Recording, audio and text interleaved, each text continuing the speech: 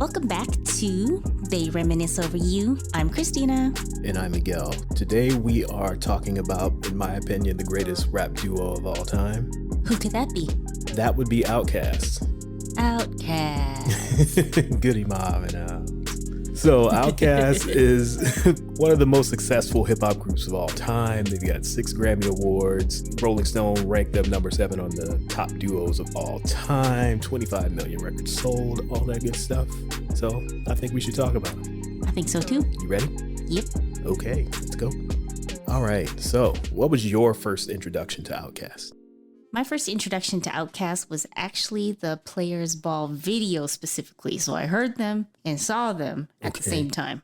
I remember you telling me that Diddy helped direct the video and he told Andre to take off his shirt. His great directorial advice. Yes. So as a teenage girl, it worked. Because I was like, who's this cutie? And then I actually liked the song as well. So which that helps. It does. And the whole album as well. Okay. For me, it was the same thing. It was Players Ball, but I didn't hear it when the album came out. I heard it on the LaFace Family Christmas album because my aunt had it. And I'm just listening to it as she's playing it. And it's got Toni Braxton and TLC did Sleigh Ride and a couple other R&B folks they had signed to LaFace. And then Players Ball came on. Mm-hmm. And that's when it's like, oh, what's this? On a Christmas album. On a Christmas album. And just listening to that and hearing Players Ball in the middle of all this R&B, it was like, oh, this is different. Who are these guys? And then a little bit later is when I saw them on MTV. They were interviewed about the video. I don't remember why they were chosen because the song wasn't even out yet. And they're just sitting on a couch really unattentive, like 2 18-year-olds would be being interviewed by Fab Five Freddy. And then they played the video and I was hooked from that point. Yeah, I didn't even know it was a Christmas song until way, way, way later because I never heard the Christmas album. Right. And even though they made some edits to make it less Christmassy when they released it as a single for the album, there's still lines in there that keep with that Christmas-ish theme. You can definitely hear it if you're listening for it. And the biggest major difference is instead of saying all day and day, Sleepy Brown says on Christmas Day in the Christmas version, but everything else is pretty much the same. Yeah. Things are just muted on the album version and the single version, but it's pretty much the same. Yeah. And there's still the lines like decking the halls and ho, ho, ho and stuff. But again, if you're not really paying attention, I don't think anyone would be like, oh, they're talking about Christmas. Right. But after knowing it, you're like, okay, this makes sense now. And it's funny that they basically got forced into doing the song because they had been signed for maybe a year or so before that. And LA really wasn't giving them any attention. Because they were rappers or just... Yeah, he really didn't understand hip hop at the time. And he really didn't understand them and what they were doing. They were on the TLC What About Your Friends remix, and it's bad. I don't think I've ever heard it. It doesn't sound like anything that you've ever heard from Outkast. It sounds like them trying to be Das Effects, basically. And it's not really good. Well, as we'll get into later, that's not surprising that they're trying to sound like current rappers. Yeah, it's just funny that they made that big leap in a year. Like, it was a few years after it came out that I finally heard it. I think they were probably on their 3rd album by the time I heard the remix of this, because I really wasn't listening to TLC like that. But to hear that big jump from that to the Southern Playalistic stuff is really interesting.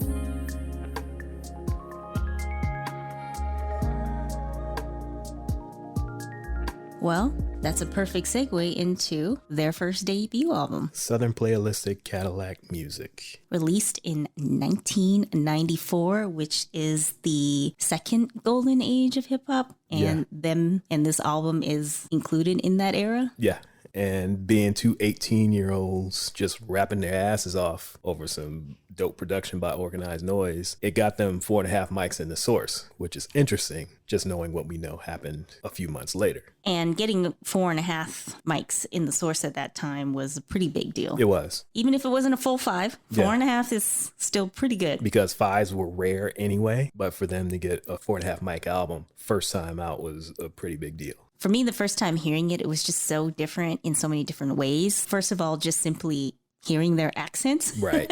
And it was just like really funky and soulful at the same time. A lot of instruments and stuff, which you weren't really hearing as much. Yeah, it was a lot of live instrumentation on the album. Right. And just right from the beginning with the first interlude with the, hey, this Peaches.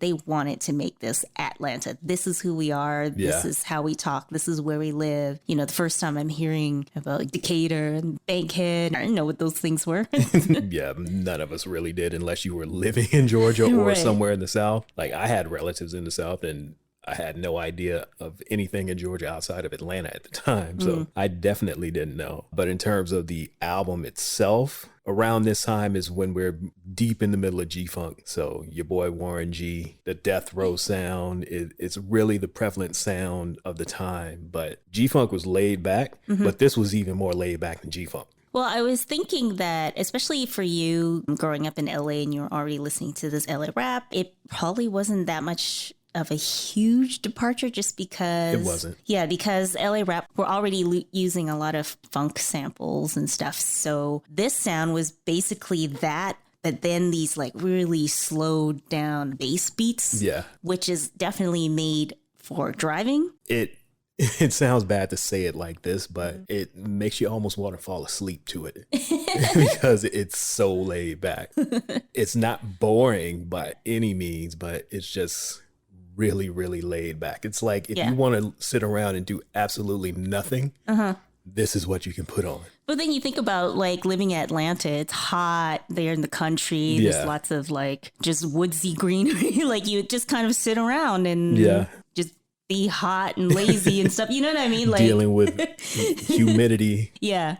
So it really fits that environment when you think about it, right? It does. So just listening to the album, what is your favorite song on this album? This was actually a hard choice for me because I don't think I ever thought about which one is my favorite song. I like the whole album, but I have a handful of favorites. Okay. I always loved Hootie Hoo because I love that they basically make you wait for a whole minute before the beat drops. And then when it comes in and, you know, it just gets you. But the way I decided what would be my favorite song was how would I feel if this was the first song I heard off of the album. Okay. And as much as I love it, Players Ball and Southern Playalistic is still, they're to me, the standouts. Right. So between those two was also really, really hard. I kept listening to the two of them back and forth, trying to figure out which one would I want to listen to more. I ended up picking Southern Playalistic Cadillac Music just because to me, that song felt like it embodied the themes of the whole album a little bit more. But honestly, it's like, it was a hard choice. It could be either. Maybe I'll change my mind tomorrow.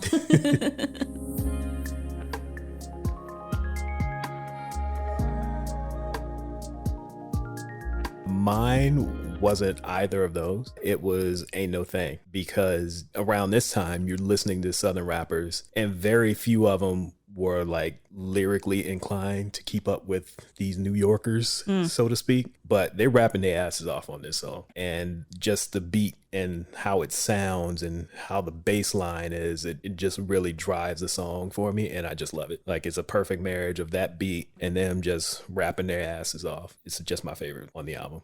I did love Crumbling Herb as well. Yeah. Because it's just so smooth and mellow. Right. And it was such a different sound. Yeah. I listened to it so much that the first copy of the cassette I had just disintegrated, basically. I don't know how many times I bought this album on cassette and CD. It's just something that I have to have all the time and will always be on my phone or in my CD collection. I'm thinking about buying the 12-inch, even though I don't have a turntable right now. Eventually. Yeah. It's on my to-do list to buy us a turntable, but I'm definitely getting that album. Well, the funny thing is, with you saying how you had bought the cassette a bunch of times and the CD multiple times, we talked about this before with streaming and how we consume music now. But even now, there are the odd times where I will still actually purchase the digital album, even though I know I can just stream stuff all the time. Because, you know, as soon as you cancel your streaming service, you don't have access to it anymore, right? I don't know if it's just habit from us before actually buying physical copies, but if it's an album that I really, really want that I don't actually have a physical copy, I'll still still buy the digital copy just to make sure that like I have my own files and you can't take it away from me just because I canceled the subscription. Well, you remember this when we first got the Apple Music subscription. When it first started, I was buying albums not knowing that I could just stream them. Right. So I have a bunch of albums that I probably shouldn't have bought, but I did anyway. Oh, well. And I'm okay with that. That's fine. Yeah. What are your thoughts about this album as a whole? It's not my favorite Outkast album, but like you always like to mention, it's a no skip album. I don't skip any songs on this album unless I just don't feel like hearing it, but it wouldn't be a skip because I don't like it. Like I love everything about this album from the intro to the ending. My only pet peeve, and this is a small little sidebar, I don't know if this classifies as the term that you just told me about called melodic misogyny. Yes, I meant to write her name down and we'll put it in the notes and tweet it out and put it on Instagram. Okay. There was someone who came up with the term melodic misogyny to describe Outkast music, and it's perfect. Yeah, and not just Outkast music, but in general, just, you know, having to deal with misogyny, but loving the song anyways. Yeah. I don't know if this particular one classifies as that, but my small pet peeve is in interludes or in the song, they'll have like a woman moaning or you know, feigning sex. So in Funky Ride, I love the song, but near the end, the moaning gets a bit much. Yeah, and you're just sitting there minding your own business. I'm listening to this as a teenager, you know. Right. Moms comes by, like... That is the small thing that makes it not a complete no-skip album for me because I don't want to hear a woman moaning. I will chalk that up to being done by two 18-year-olds who thought this was a good idea. Well, I mean, they were definitely not the only ones who did that. And at least they were 18-year-olds because there are many other rappers who are not 18-year-olds who do this shit all the time, too. I'll let them slide on that because as I was listening to it then, because I'm the same age as them, it didn't bother me at all. But listening to it this week, it's like... you could have taken that up. Yeah, we don't really need all that. So anyways, the last song, though, Deep, they actually do the little greetings, earthlings. Right. So do you think that they had sort of planned this for the second album? Or maybe they were just like, oh, let's use this and tie it into their second album, which is ATLians. Just listening to the second album and how this song sounds compared to the rest of it, I'm thinking this one was recorded towards the end of their recording sessions. It does sound like the rest of the album, but it also sounds a lot like ATLians, like you were saying. So I don't know if that was a conscious choice or if they were just moving in that direction anyway, but I think it was just recorded later. Right. Before we get into ATLians, something important happened before that, which we did talk about in one of our previous episodes, and that was the 95 Source Awards. Yep. The groundbreaking statement by Mr. Andre Benjamin on stage at the 95. A very upset Andre Benjamin. At the Source Awards, basically they win Best New Artist. They get a less than enthusiastic response when the envelope is open from Kid and Salt and Pepper, and then the crowd just rains booze down on them. Hence our intro when I said Outkast. That was how they were announced as the winners. Get him up in the house.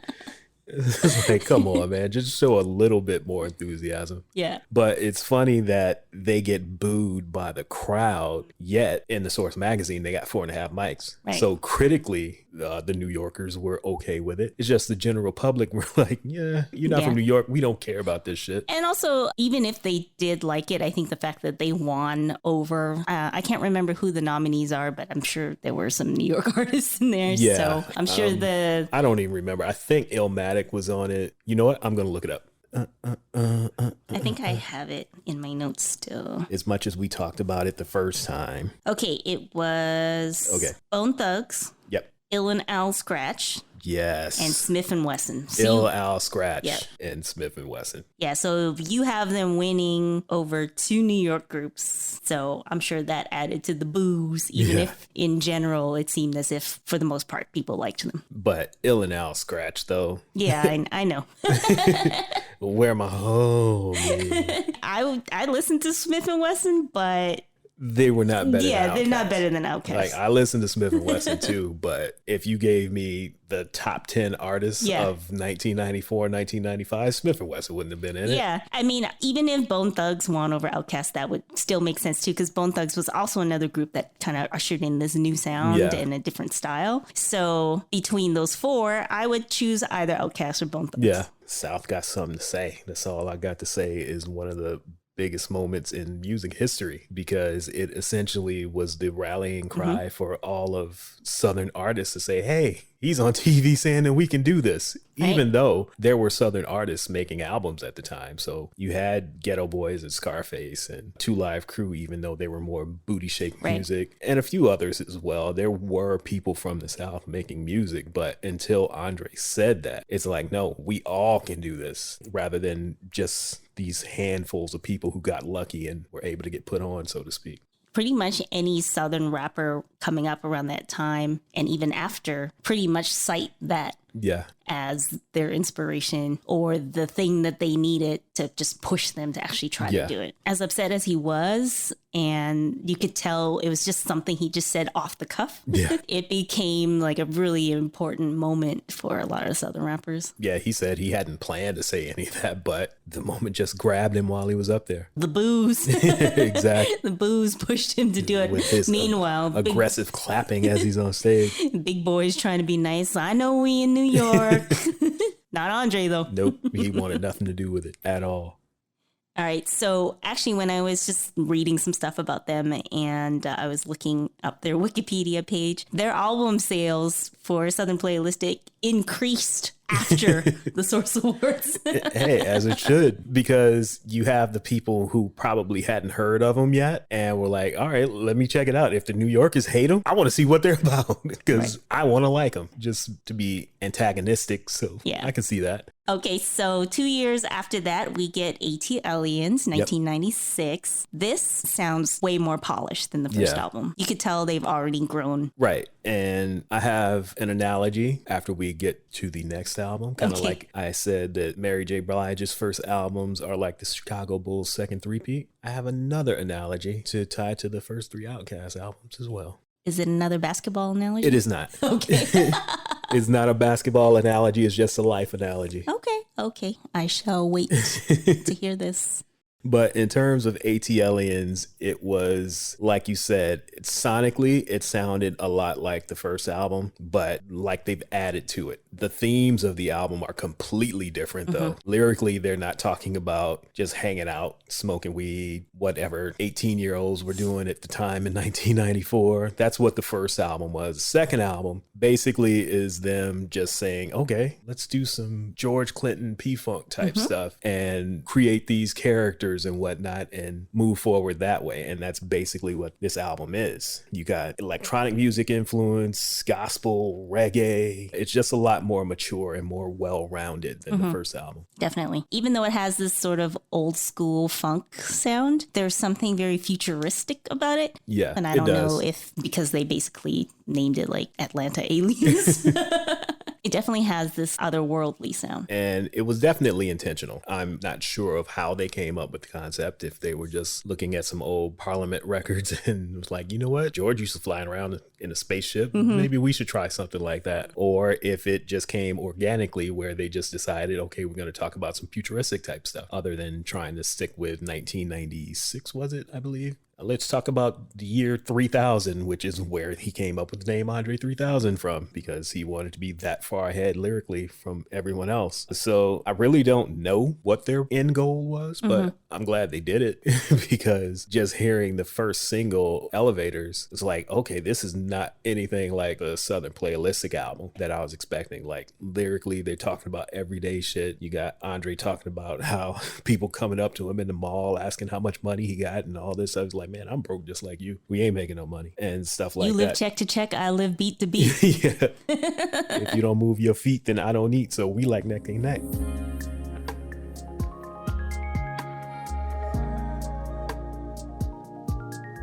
there is still the very strong Southern sound, Southern roots. There's still very Atlanta, two dope boys in a Cadillac, right? Like that's how you open the album. In terms of the ATLiens album, I'm not sure if anybody else still has one of these, but I have an ATLiens keychain. Yes, you do. That I've had since the album came out, because if you bought the single, you got the keychain. Ooh, you fancy. Just like when we were talking about the Source Awards and the commercials that they were running, there was one that was running like this as well. It's like if you buy the first Outkast single, you get an ATLiens keychain. So it was like, I need that. I gotta go get it. So first day it came out, ran to the warehouse, bought it, got my ATLiens keychain, and I still have it to this day. You do. I was trying to see if I could see it from here, but I can't. No, it's not over there. It's in the other bag in the closet. Okay. Put away for safekeeping. Yeah, but I will post a photo of it on the gram so people can see it.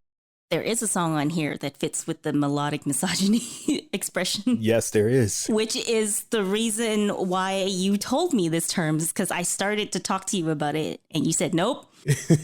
I'm going to tell you this term and then save the rest for the pod. Yes. Jazzy Belle. Yes, Jazzy Belle. I'll wait until I get to after the third album to wrap all this up, because I have something to say about this song specifically. So you can go ahead and say what you have to say. I was just going to say, sonically, it's very pleasing to the ear. But the whole song, I mean, the song's called Jazzy Belle, which is a play off of Jezebel, which is basically telling women how to act. Yeah. In short. And then for the video and radio edit, you get Babyface singing the hook too. So that just added to it, tricking people into thinking that they're listening to something, but it's the opposite. Yeah, it definitely is. Like, there was one line I wrote down with Andre, said, I hate thinking that the future mamas of our children, fucking every N-word every time they get the feeling to it. It's like, these women are sleeping with y'all, so if they're Jezebels, then what does that make you? But this is age-old misogyny that we are still hearing today. But sonically, it's pleasing to the ear, and I still like the song. But this is definitely what you would call melodic misogyny. And it's funny that you point out that Andre said that, because people tend to think him and Big Boi are completely different, and they're not. Like, you look at Andre and the way he dresses on stage and think that he's saying something that he isn't. And I was like, no, he's saying pretty much the same thing Big Boi is, but just in a slightly different way. A couple lines earlier, he said something about queens, like from hoes to queens or something. But it's like, no, he's still doing the same thing as Big Boi. He's still shaming women for having sex, right? Anyways, I still love the song, and it's different as you get older. It is what it is, I suppose. So what is your favorite song off of this album? On this album, my favorite song is Wailin'. Wailin'. Okay. Yeah, it's short. It's only like 2.5 minutes long, one verse each, and they just get in, get out. It's my favorite. I was struggling with this one as well. I really love Mainstream. And then you also get some Goody Mob with that too. It was hard for me to pick because I also really love Wheels of Steel. And the two songs are so different from each other, because one is faster, it's up-tempo, and then Mainstream is just like kind of glides along. So I didn't choose. That's not fair. I'm putting you on the spot then. You have to choose right now. If I had to choose, I pick Wheels of Steel, because overall, I like that one better, because I think what makes me really like Mainstream is mostly the beat. Whereas Wheels of Steel, I like the beat, but I also love how Andre and Big Boi, they have that sort of back and forth rhyming cadence in this song that kind of reminds me of groups like Run DMC, where they had that sort of almost like a call and response where they like pass the mic back and forth. Like it had the reminiscent of sort of that style, and I really liked how they kind of played off each other. And then it had that futuristic ATLiens sound too. So overall, I think this one had more elements of stuff that I liked rather than Mainstream was like, oh, this sounds nice.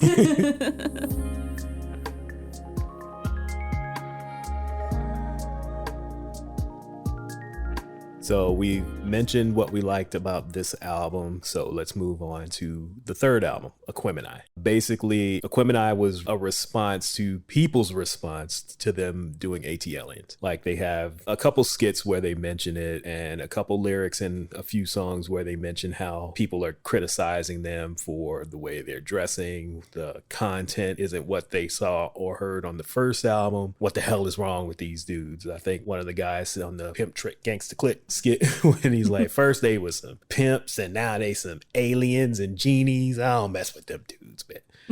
So it was a lot of confusion on the direction of the group. But at the same time, every single album has been different to this point. And we didn't know this at the time, just with their entire career, because we are at the halfway point right now. But everything they did was going to be different than the one before. And this is just another example of that. This album to me sounds even more experimental. ATLiens, even though I said it kind of brought in this new sort of almost futuristic sound, Aquemini sounds even more experimental than that, and a little bit more different than what we were used to hearing in hip hop. And especially at this time, so this is 1998. This is heavy Bad Boy. The mix of the shiny suit era. Yeah, Bad Boy, shiny suit era, lots of Diana Ross samples. Yeah.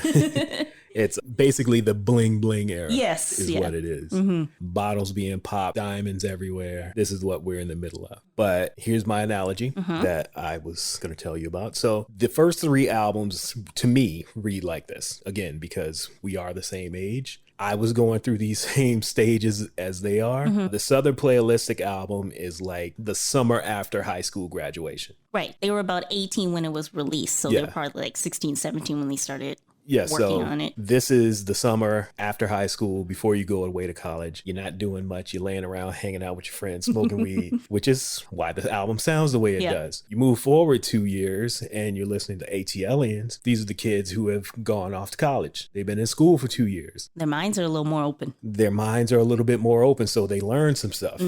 They think they know everything, but they don't. Like you like to say all the time, they have, I just took this class energy.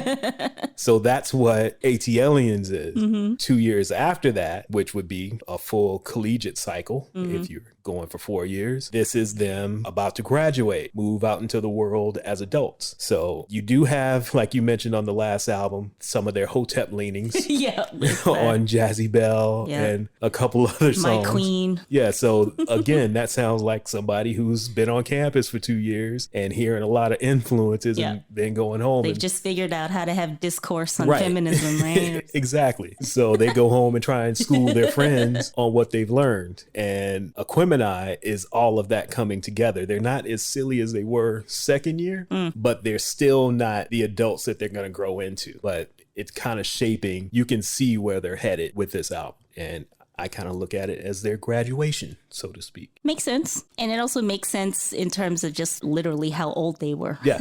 That's how I came up with it. Because it's like I was in school in those years.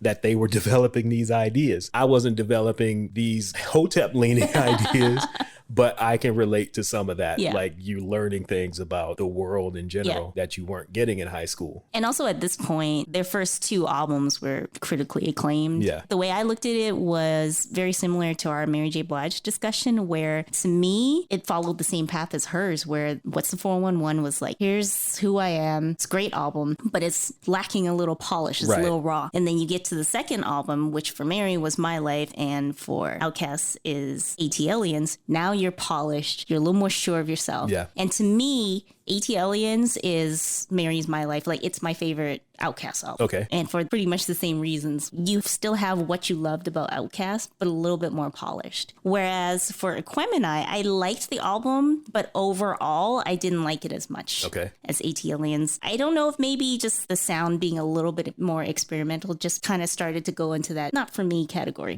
But there are definite songs that are favorites. Which, you know, Spodioti Dopalicious, of course. The horns are irreplaceable. And I also love how, you know, no matter how much they grow and experience new things, they're still country as hell. Where Big Boi was like, her neck was smelling sweeter than a plate of yams with extra syrup. That's pretty country. It is. I also really like Skew It on the Barbie. You get a little Raekwon in there, so that merges a couple different styles and artists that I like as well. So those 2, and I really like the art of storytelling was also really good too. So there's still definitely standout singles. But overall, as an album, it wasn't bad for me, but I just didn't like it as much as the previous one. It's funny you say that because this is their 5-mic album. Oh. This is the one that got 5 mics. The rest of them didn't, because on Skew It on the Barbie, Big Boi actually mentions that the source needs to give them their extra half a mic for Southern Playalistic. So they're like, all right. Yeah, so here you go. 5 mics right here. Now that we've talked about the songs and whatnot, what is your favorite song on the album? Well, again, if you have to choose. This was a hard decision again. As I mentioned, my 2 faves was Skew It on the Barbie and Spodie Odie Dobalicious. I had to go with that in the end because those horns. Yeah. I was whistling it all afternoon, actually. I don't know if you heard me because I think you had your headphones on, but I never get tired of it. Yeah. Well, that would have been my choice, but that's the obvious choice, I think. So instead of that, I'm going with The Art of Storytelling Part 2. Oh, Part 2? Part 2. I had Part 1 on my short list. I like Part 1. It's okay. It's a little too upbeat, whereas this one is just like, all right, let's go. When you were telling me to pick one favorite song beforehand when we were prepping and stuff, it was really hard for me to pick one just because, there's a bunch that I like. But I think, which we'll get into a little bit more soon, but I think there's sort of the crossover appeal that happens very soon. Yeah. It almost tainted my decision. As you were saying, it's like there's an obvious choice. Because, this is the song that everybody likes, right? And there's a part of me, that hip hop part of me that's like, I don't want to pick what everyone else likes. Well, so I know. I wasn't going to go that far. I know. But I had to really think about it. It's like, forget about what everybody else likes or what everyone thinks you're supposed to like. When I was trying to pick a song, I'm like, what do I like? Right? If I didn't know what anybody else liked, what do I like? And so it's funny that made it a little bit harder for me to actually decide. As we go into the next album, this is where there's this strange split between Outkast fans. Like 2 groups emerge. Yeah, and it's obvious too when the line in the sand is drawn when it comes to Outkast fans. There are fans pre-Stankonia and there are fans who are post-Stankonia, and very seldom do those 2 mix. So Stankonia was released in 2000, and I think the year that it was released is also really important in terms of creating maybe this new crop of fans, because 97, 98 was kind of the start of hip hop becoming mainstream. Yeah. So before we go into more detail about these 2 different groups of fans, let's talk about the album. Let's do it. I think you told me, but I can't remember. What is the significance of them saying break between the different songs? Well, there isn't a real significance. Okay. But it's just basically when you're in a huddle, a football team, you always say break coming out of the huddle. It's like you huddle up, you get to play. All right, break. Oh, okay. But in this context, with them doing it, it's just funny. Okay. I remember us having a discussion about this before, but I couldn't remember if there was some significance to it. If there is, I don't know what it is. Yeah. I just think it's hilarious that they do it, because some of the skits that it follows up, it's so out of place when it happens. Like the I'm cool. She's just, I'm cool. Yeah. I'm cool. I'm cool. And then he just yells, bitch, stay off that blow. Yeah. Break. Yeah. Every time. It makes no sense. It doesn't, but it's hilarious to me. Well, it's funny with your analogy about how the boys are growing up, basically. They may be growing up, but there are some things that stay the same. Well, I will mention this one last time with the melodic misogyny. We love these hoes. Hey. From the fake nails to the toes. We love these hoes. We love these hoes. It's a catchy little tune. It is. Makes you just want to bop along to it. And then there's your favorite interlude. Say hello, Cookie. Hello. I love that. I love it. We start off after just an intro, and then we get into Gasoline Dreams. It starts off with a bang, I would say. It's not my favorite song off the album, but it definitely starts off with a bang. Because for the 4th time in a row, you start the album and you're listening to it like, what the hell is this? Because it doesn't sound like the last one. And just continuing their pattern of, like I said, current one sounding different than the last. Even though there's some elements that tie them together, just Gasoline Dreams itself doesn't sound like anything else they've done up to that point. Right.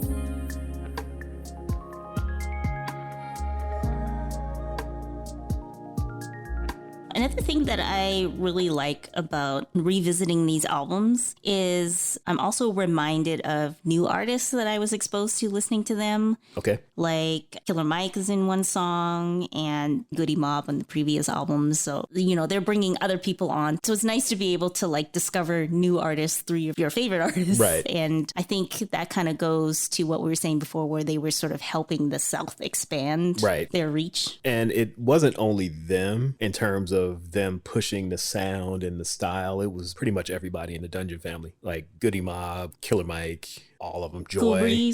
Cool Breeze. Watch for the Hook is one of the greatest rap songs of all time. That's a great song. It is. And he doesn't get the credit that he deserves. And if anybody is listening and you want to challenge me on this, Cool Breeze was the original T.I. Listen to his first album and then look at the career of T.I., Clifford Harris, and tell me that... Big Red Dog.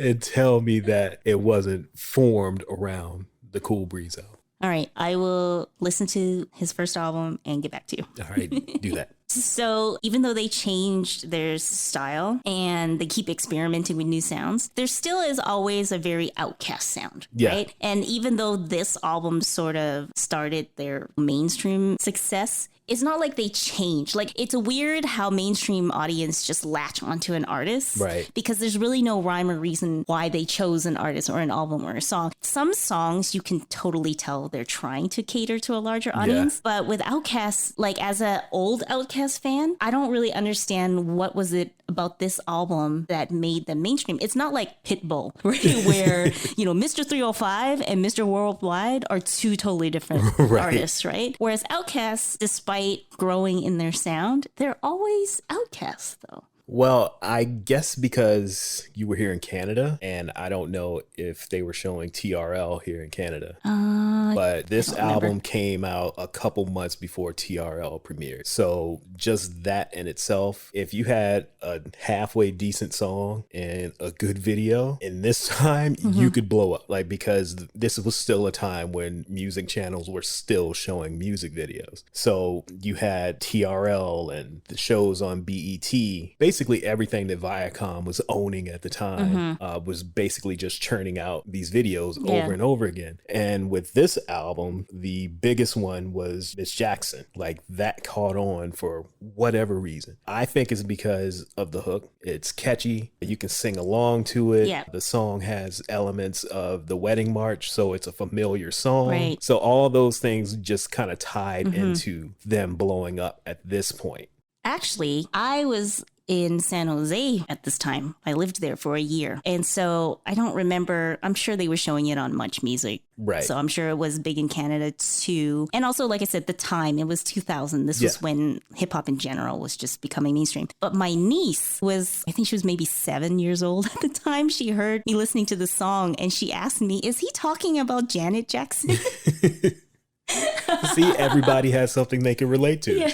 She thought it was Janet Jackson. Other people were drawn to the hook. You have the Here Comes the Bride playing. So there were things for people to pull from to give them, okay, this is the song that I like. And then the video was pretty entertaining. It was shot very well. And then you got Andre giving you the forever, ever, forever, ever. So that's things like line. That. It's catchy. Yeah. So between that and just the Technicolor explosion of the Bombs Over Baghdad video, I think that's the reason why they were able to cross over like that. And So Fresh and So Clean. That too, because that has another hook that you can just sing along to. So just that itself is basically what pushed them over. It was the videos and the easy accessible hooks, even though they didn't intentionally set out to do that. So I can see why. Yeah. Even as a long time Outkast fan, I can see it. So what's your favorite song off of Stankonia? On this album, I'm going to go with Spaghetti Junction for the reasons that you said on a previous album. They kind of go back and forth, kind of like a Run DMC style where one person starts the verse, second one comes in, and they just go back and forth. So that one's my favorite.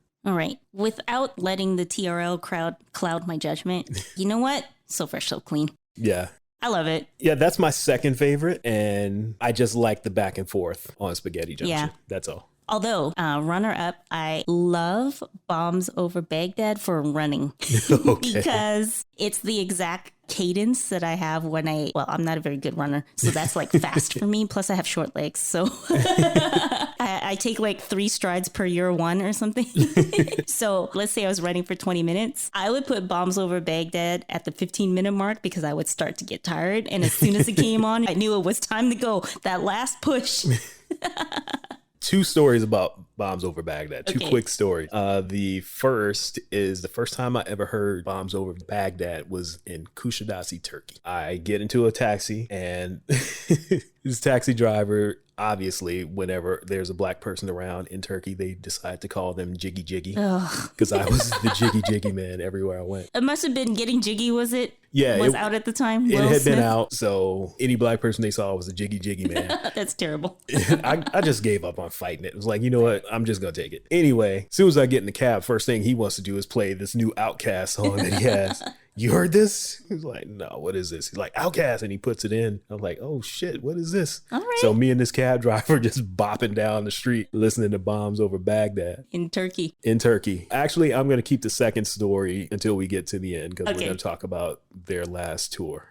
The next album is technically 2 albums, Speakerbox and The Love Below. Yes. So I think they originally were going to do solo albums or something, and then they decided to make it a double album, but kind of Big Boi focused on the first and Andre focused on the second. Originally, like you said, they were supposed to be each doing a solo album and also working on the movie at the same time, which became Idlewild. Right. It was originally called Speakerbox. So that's why when you watch the movie, a lot of the songs from Speakerbox are in the movie. Okay. So let's start with the Speakerbox portion first. I think the last no skip album for me was AT Aliens. Right. But I still think this was solid overall. There's a bunch of stuff that I like. Standouts for me were The Way You Move and Ghetto Music. That's my favorite off of this portion. Yeah. I love the mixture of that up-tempo and then you kind of cut to Patti LaBelle's real smooth chorus. And the video is hilarious. It is. He pretends to be basically a UPS driver, but it's called FedEx. FedEx. Because in the video it's called Fed Up instead. My favorite part is when he drives by the trap house. And he's like, y'all gonna jump me? Just fuck your box, and kicks it and runs off. You know what's funny? I just noticed on this last watch of the video, when he's driving the truck, he's wearing his Fed Up uniform. Right. But when he's delivering the boxes, he's got a different outfit on for each house. Yeah. Except for when he's going to the trap house, he's got his Fed Up uniform. I guess he wants them to know, like, I am just delivering a box. But I love that when he goes to Patti LaBelle's house, he delivers a Big Boi grill to her, and she cooks him up a meal, of course. This one, actually, it was easy to pick a favorite. Ghetto Music for me. Same for me. Ghetto Music is my favorite song on this album. But with this album, you could draw a line from their very first album to Speakerbox and see that continuation. Like, it was basically following the same formula, sounding different than Stankonia, yet sounding familiar to the rest of the world. The only difference is there's very little Andre on it. He's on 2 songs on Speakerbox, but he produced a couple of them. So he was around. They hadn't completely diverged the Outkast work, but that is my favorite song. Ghetto Music. Ghetto Music. I'm really disappointed in the fact that there's a Jay-Z verse on this album and Andre ain't on it. That bothers me. The first 2 Outkast Jay-Z songs, Andre's not on either one of them. Like, there are other songs that they end up being on together down the road, but not on an Outkast album or a Jay-Z album. It's always Killer Mike and Big Boi. Right. That one's a pretty good song, too. If only Andre 3000 was on it. Yeah. Although I like Poppin' Tags on Jay-Z's album better, I'm okay with Flip Flop Rock. It's cool.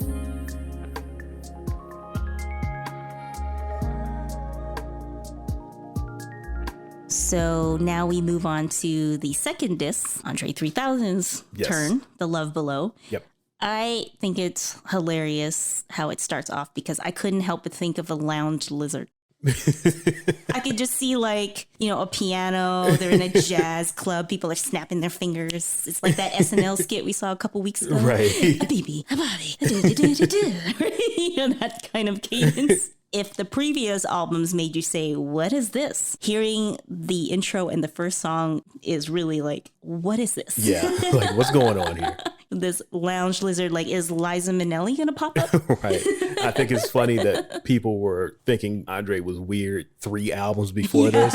just because of what he decided to wear, but the music stayed the same. And now he's basically trying to be everything all on one album. Like you said, he's trying to be a lounge singer. He's trying to be Prince. He's trying to be Prince. I wrote down that he's the dollar store version of Prince on this album, but anybody would be. Nobody can compare to Prince. There's only one Prince. Yeah, it's not a jab at Andre, but it's like nobody can do that. And he was just like, fuck rap. Yeah. He basically sang pretty much the whole thing, right? The majority of it. Like there's some verses on some of the songs, like Happy Valentine's Day. He raps a verse on there. What else is he rapping on? Couple more. Yeah, but it's mostly singing. Yeah, and then he closes the album with just basically a stream of consciousness rap that he didn't finish. Because his day isn't over yet. It isn't. So the interesting thing about this album is it's still an Outkast album. Yep. Even though they've split it into two, basically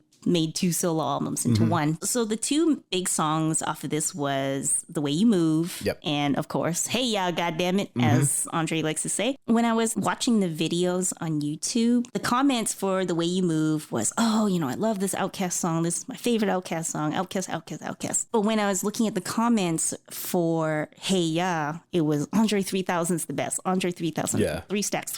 And it's so weird. It is. That this, again, the second wave of Outkast fans, I don't understand why they completely disregard Big Boi. It's not only new Outkast fans, a lot of older ones do it too, but it's not as blatant. They'll acknowledge Big Boi is there, but they say that Big Boi isn't as good a rapper as Andre, which is not true. And even Andre says that Big Boi is a better rapper than he is, but they're still like my two favorite of all time. So it's 1A and 1B. I just think of them too much as a duo that for me, I can't say one is better than the other. Yeah. I just like them both together. And everything up until this album has been very equal between the two of them. It wasn't like, Andre was always featured more significantly or, Big Boi was always the one in the spot. Like they had always been a duo up to this point. And so it's weird that on the Big Boi side, people are still like Outkast.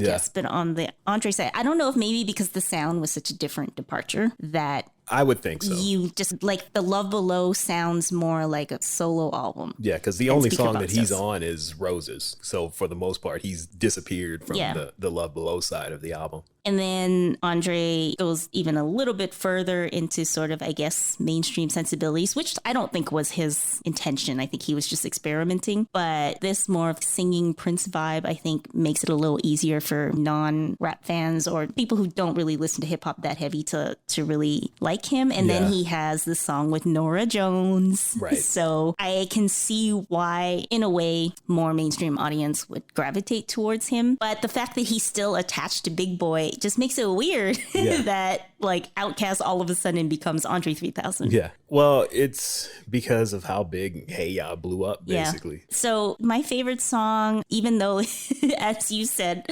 Dollar Store Prince, I really love She Lives in My Lap. Yeah, that is Dollar Store Prince right there. It is, but it's my favorite song off of The Love Below. But I don't know if this is another hot take, and I've said that before, and it ends up being a lukewarm take. Okay.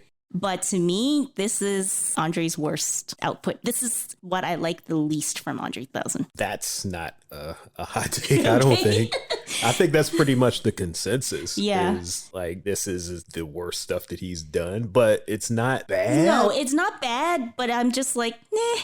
I think this is the point where we've grown apart. Yeah. Like, this just... It's not for me. It's not going to be the first thing I put on. Yeah. It's not going to be the second thing I put on. Like, there are a couple songs on here that I actually do like. But for the most part, I look at this as someone who was just bored and wanted to see what he could get away with. And I don't think he intentionally set out to make pop hits. Yeah, I don't think so either. It's just somebody who I've done everything I can in rap, because he started sprinkling in the singing 2 albums prior. Is like, okay, I've done that. I've sung on a couple songs. I've been real melodic. What else can I do? Like, hip hop bores me. So what else can I do and still put music out?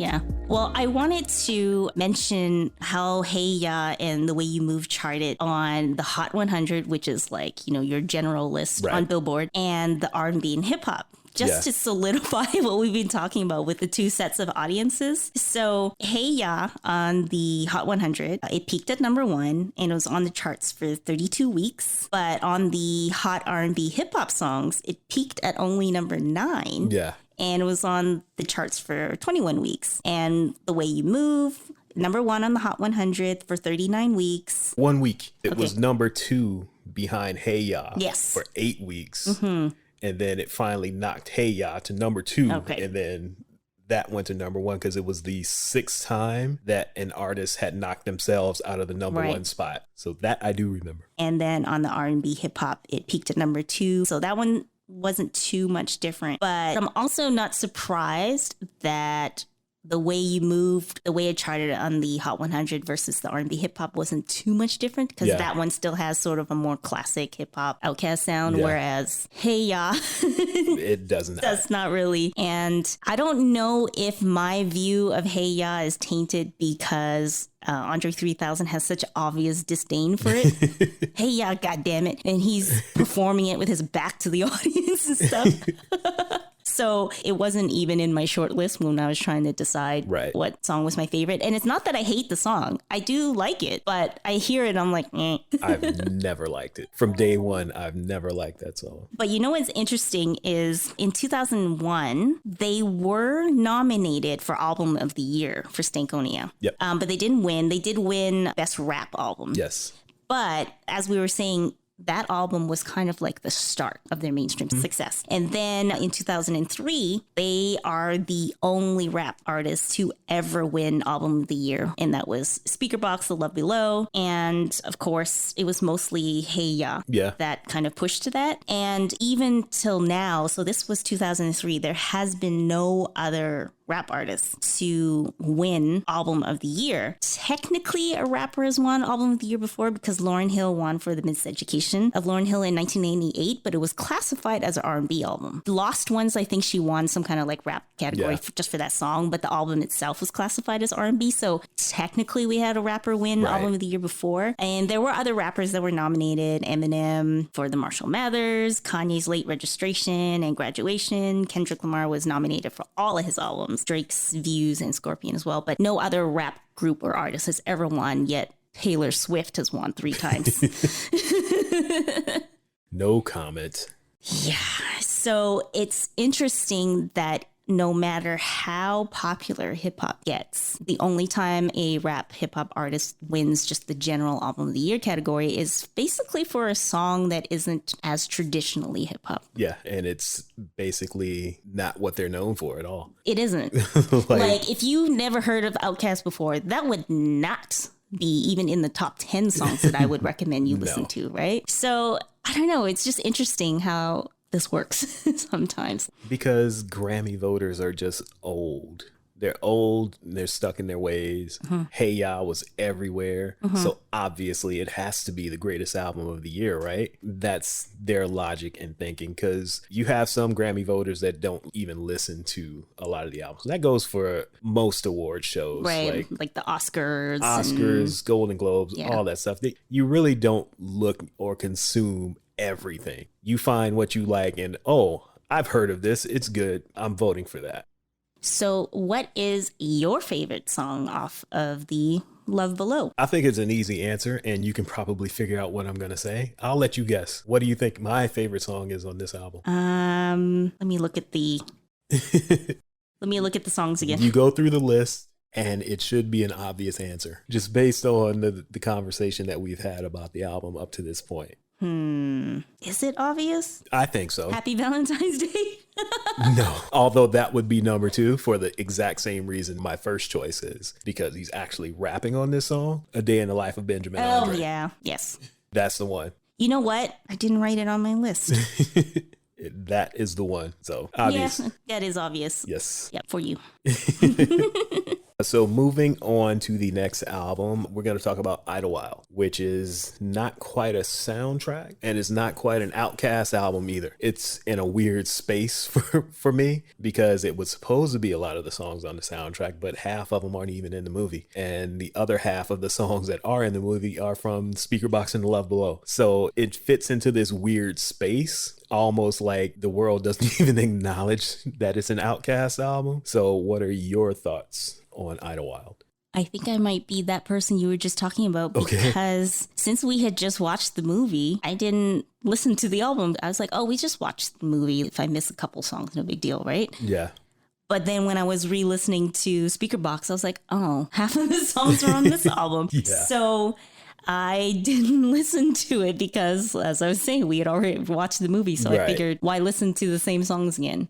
Yeah, it's basically half of it isn't even in the movie. And all the stuff that I like wasn't in the movie. Like, basically, this album is an extension of Speakerboxxx and Love Below, where there's half the songs have Big Boi on it, the other half have Andre on it, and there's 3 that have them on them together. So it's continuing that same thing. Essentially, Idlewild could be tacked on to Speakerboxxx Love Below as the third disc if you wanted to, because it fits pretty much the same thing. It's not really a full Outkast album, more like 2 solo albums put together. Yeah, so I can't give you a favorite song off this album since I didn't listen to it. I will choose one for you. How about that? Because you have heard the movie, or you watched the movie the other day. For you, I'm going to choose You Can Have Morris Brown. All right.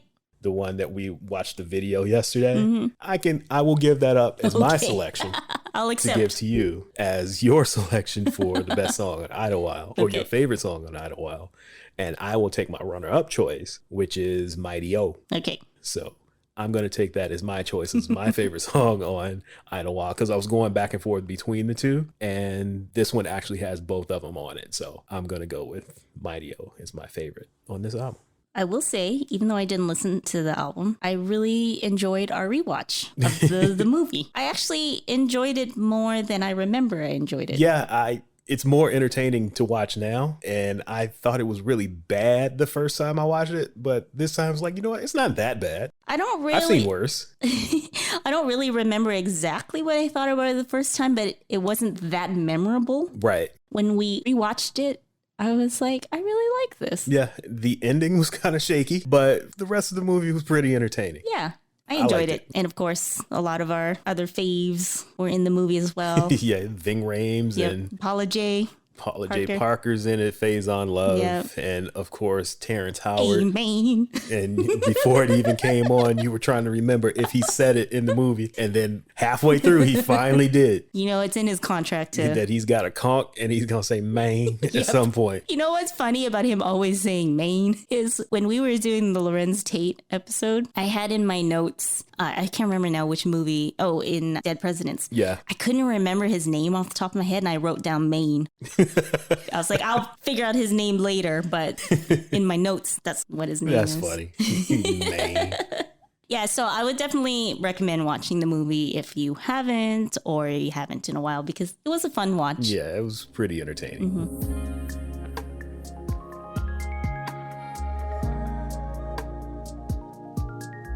Shall we wrap this up by talking about their 20th anniversary tour? I think so. And you finally got to see your favorite group in person. I finally got to see them, and it was quite a tale for us to actually get to see them, because they announced that they were performing at Coachella, and at that point that was the only show. So I'm trying to figure out how in the hell am I gonna get to Coachella.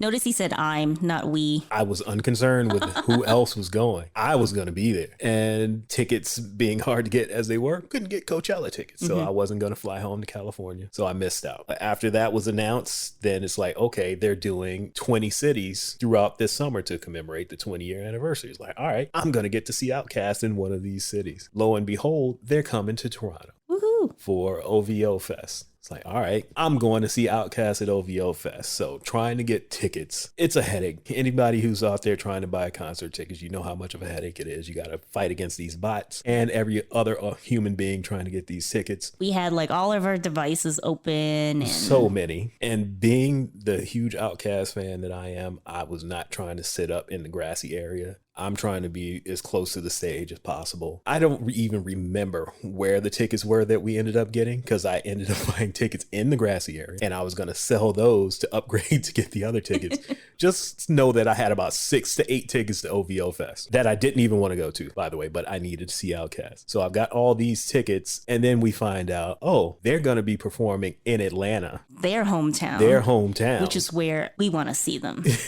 On a Friday night. I think it was August, sometime in the summer. So those OVO tickets went out the window. So I'm like, fuck the OVO. I'm going to see Outkast in Atlanta. So I buy these tickets and there's some damn good tickets. They weren't VIP or anything like that because those were all sold out. And then you find out, oh, they've added a second show. So now I have to buy tickets or attempt to buy tickets to the Saturday night show. I end up getting those tickets. Then they announced they're doing a third show on Sunday night. So I was like, you know what? I have a feeling that the Sunday night show is going to be the best one. Because it's the last show. It's the last show. It's supposed to be the last show that they do on this run. We need to be at the Sunday night show. So luckily, we were able to get tickets to the Sunday night show. And not only that, we were able to get the VIP tickets to the Sunday night show. And they weren't even that expensive. They weren't expensive at all. And it was probably the best VIP experience we've had at any concert. Because we spent a lot more doing the VIP, the quote VIP experience for